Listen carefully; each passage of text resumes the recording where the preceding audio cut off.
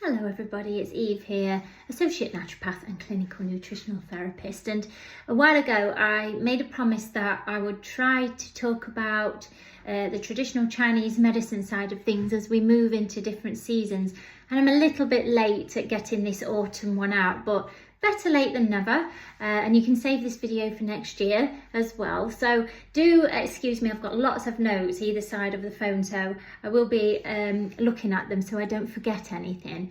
So as I said, today we're embracing the autumn season, and that is the element called metal in Chinese medicine. And I don't want you to think of a hard piece of metal, I want you to think of strength and fortitude that comes with something that's impenetrable when we think about metal. So the metal season, that corresponds with certain energy channels in the body, one being lung energy and the other one being the intestines. And so I thought we would delve a little bit into signs and symptoms of how you might notice that those channels might be imbalanced for you. So with particular emphasis on the lungs are the seat of our emotions. They allow us to feel sadness and grief. So I don't know if you've seen, is it called Inside Out, the film, the little Pixar film where there's sadness, joy, anger and all these living inside the little girl? It's a bit like that. Sadness is very important for us to experience, but we want to make sure that that outlet for it is balanced. So when the lungs are weak, you might experience more self-pity, a sense of quietude and inwardness, even depression. So depression is quite common with this weak lung channel. A noticeable lack of will or vitality, and it can often manifest in antisocial behaviour. So feeling like you don't want to be part of the world, being very withdrawn, keeping yourself tucked away and not wanting to be around other people. So the other side that the lungs can be imbalanced is if they're too active. So hyperactive lung energy can be more outwardly expressive, so sadness very outwards, so behaviours like crying a lot or sobbing or even lashing out at people, verbal pessimism, talking about all the things that are going wrong in your life. It's all a sign that the lung channel is a little bit overwhelmed and on edge. Positive emotions then that go with the lung channel. So knowing what is healthy and what you can let go of. This is more to do with the metal element in itself rather than just the lung channel. So knowing what is good, knowing what is bad, knowing what is healthy, what is dangerous, just having a really good sense of discernment so that you can make really wise and intuitive decisions. So very often when things are out of balance in this area, we can make really poor decisions and often quite unhealthy behaviours. So the name of the energy that rules this channel is actually called Po, a bit like the Teletubby, but a lot older than the Teletubby. It's a very ancient word. And this is really closely related to the autonomic nervous system, which is that part of your body that is subconsciously working all the time via the amygdala in your brain to make sure you are safe. Is constantly a surveillance system, watching around you, using all your senses and your eyes, your smell, memories as well to trigger whether you're in a situation where you are safe. So again, that kind of discernment coming into play. So imagine, I've put here, imagine the spirit of Po as a vigilant guardian, which is constantly on surveillance, helping you feel what's right, what's wrong, or potentially dangerous. When the channel is blocked, then that hinders our discernment, like I've just said. So something nice that you can do to really nurture your Po energy and to improve your discernment, according to Chinese medicine, is to spend time with animals. And if you think about cats in particular, they are probably the most discerning creature of the domesticated animals that I've been around. So for example, when I let my cat out in the morning, I've had dogs all my life and the behaviour is very different. Dogs would just go bounding out and be very excited to get outside. She'll sit, really have a good look before she goes outside, sniff the air, make sure it's safe. So, and that's what cats do. They're constantly judging you. So, you know, often we feel quite affronted that they've turned their noses up at us. So perhaps they're a little bit hyperactive with their vigilance. But dogs too, you know, dogs can tell whether somebody's friendly or not so friendly. It's just that they're probably a bit quick at giving you the benefit of the doubt before they make that decision.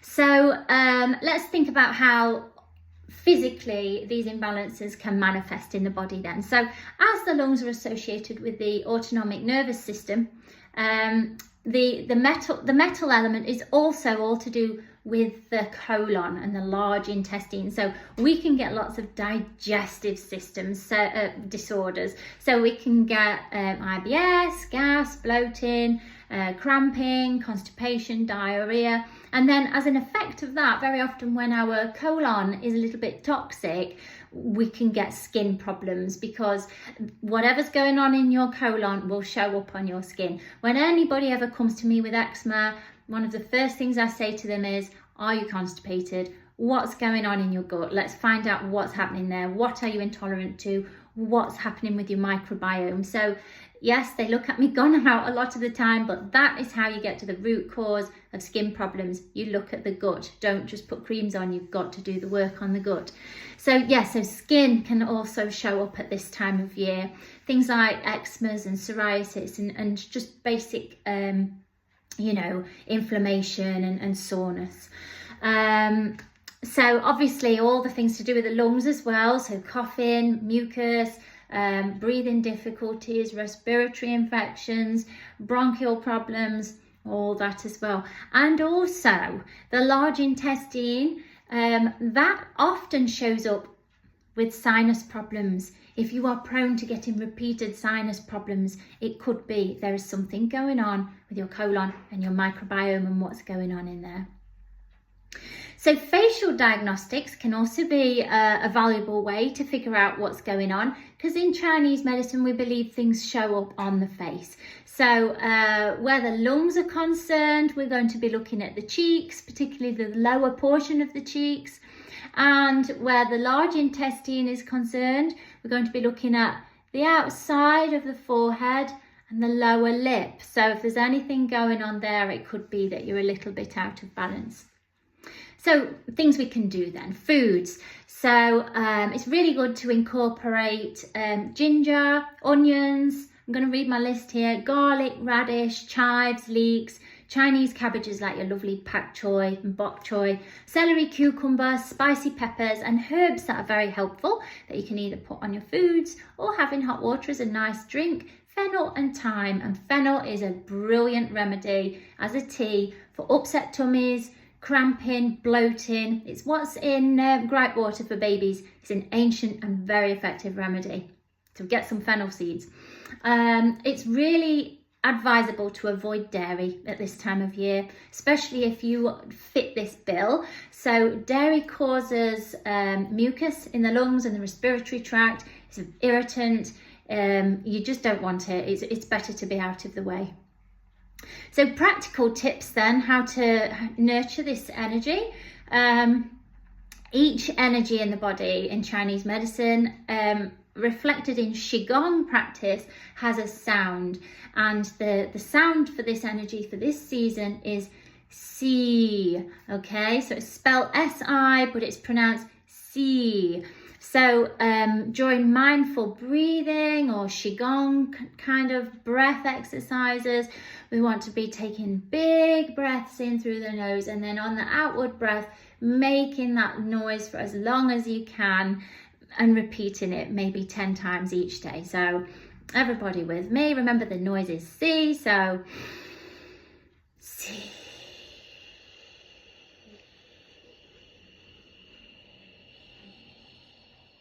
You get the idea. Okay, so that's something you can do to nourish this energy. And remembering that the metal element is a very downward energy. That's why we have it at autumn, and it's reflected in times of the day. So dusk and sunset also. we need to be thinking about this downward energy, and that it's okay to want to retract a little bit of this time of year, but we don't want to become hermits, okay? We need social interaction, we need it for our mental health, and we need it to feel valid in society at times, but also we need it for our immunity. It's important to be breathing in each other's vapors at this time of year to keep your immunity strong. So some things that you can do also is saunas. Saunas are really good at this time of year. Anything that gets you sweaty, to be honest, to sweat out anything toxic that's going on. And journaling, so perhaps writing down what you can let go of, because this season is all about letting go. It's using that discernment, using that Po energy to decide what is no longer serving you, whether that is you think your diet is not on point, so you might be having too much sugar or too much fat or too much dairy. Let it go. Whether it's people that you are around that are intrinsically wrong for you to be around with them, let them go. Find a new tribe. Whether it's routines where you're punishing yourself, where you're overdoing your exercise, your workouts, let it go. So something I would encourage everybody to do at this time of year is just do a little bit of journaling, a little bit of inward work, where you can really use that introspection and that Po energy to think, what is good for me at the minute? What is bad for me at the minute? What do I need to let go of? What is not helping me in my current situation? So that's basically it for this season, a bit of a whistle-stop tour. I'll try and do winter a little bit quicker than I've done autumn. It's just I'm incredibly busy in clinic. So do bear that in mind. If you're booking in with me, I'm booking in at least a month or two in advance sometimes. So I hope you're all well. Loved you all. Have a great weekend. Bye.